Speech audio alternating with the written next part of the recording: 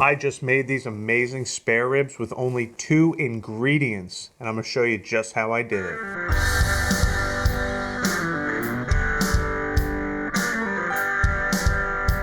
So here I have a couple racks of spare ribs. I'm only gonna be cooking one today. So spare ribs are gonna need a little bit of trimming depending on what kind you get. Sometimes they'll have that breastbone in there, sometimes they won't. So let's get these opened up, start trimming them.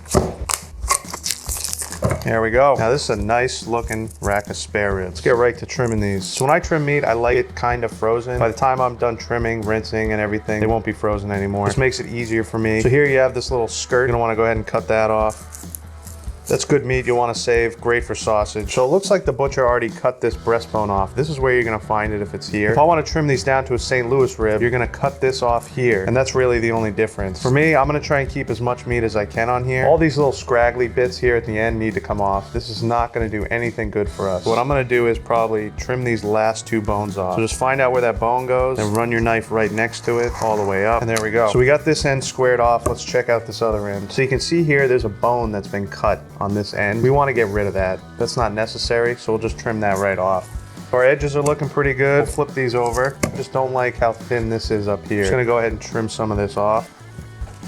Kind of round this corner out over here. But I like how these look so far. Check the other side. I'd say we're pretty good. We gotta rinse them off and then dry them. Before I do that, I'm sure a lot of people are thinking, what about the membrane? If these ribs are cooked properly, this membrane will be bite through and you won't even notice on there. This membrane does a great job of keeping all this fat underneath here. So I'm gonna get these rinsed off, dried, and I'll be right back. And we're back. I highly suggest always rinsing your ribs. Then you're gonna wanna pat them dry once that's done. So let's go ahead and get some seasoning on them. Now I always season this membrane side first. We're gonna go ahead and start with some salt, just regular kosher salt here. Get all the edges. Now I've used this many a times on the channel. This is coarse ground black pepper. This stuff is great for using on meats that you're gonna smoke. Since it's coarse, you don't have to put as much, so there's more space in between, which allows more of the smoke to actually get on the meat, and it's got great flavor. That looks pretty good. Let's get the other side.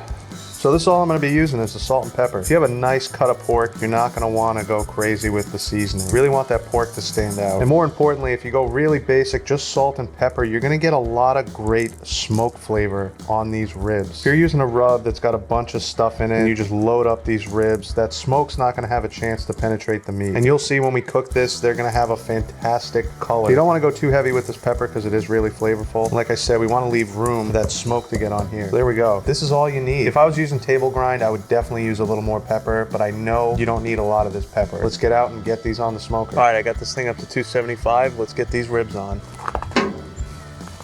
Lay them down nice like that. As you can see, I got a brisket going as well. Let's get this in here and let this thing cook. I'm gonna leave them on there for around 2 hours before I even check them. After the 2-hour mark, I'll go out, see how they look. They're getting a little dry. I'll spritz them with some apple cider vinegar and water. So you saw I had a brisket going out on the smoker. You're gonna wanna subscribe so you don't miss out on any of that. And if you're enjoying this video, go ahead and give it a like. That'd be great. But once those ribs are ready to check, I'll bring you out. We'll take a look at them, give them a spritz. See you in about 2 hours when we check on those ribs. All right, it's been 2 hours. Let's check on these ribs. These things are looking pretty good. The fat's rendering down pretty nice. Get some nice pull back here. See how they feel. Yeah, they don't need to be spritzed yet. I just want to take them and flip them around.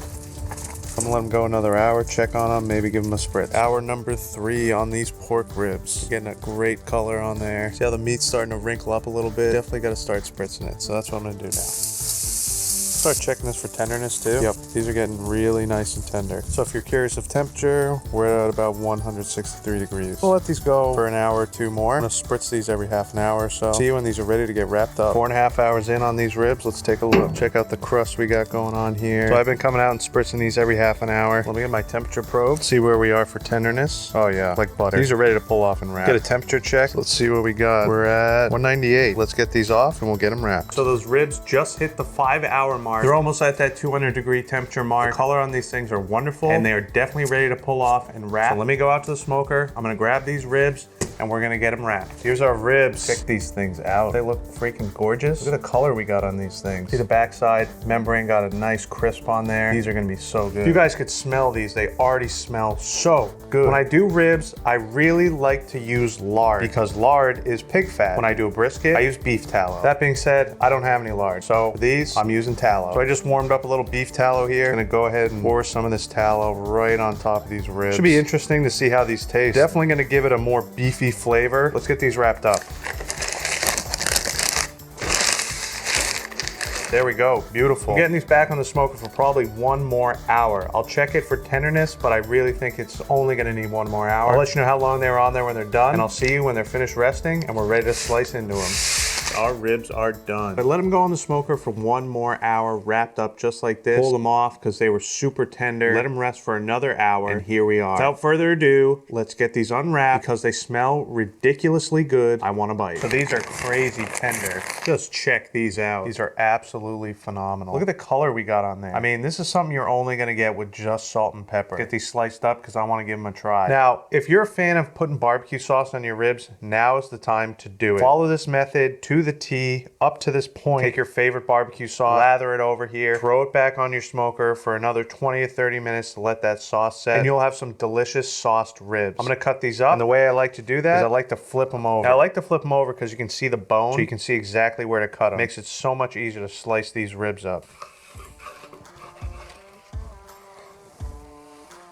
All right, let's get a look at these ribs. That's a rib. See how juicy that is? My goodness. Look at the crust. Got a beautiful smoke ring on there. They're super tender. So I can't wait anymore. I gotta give one of these a bite.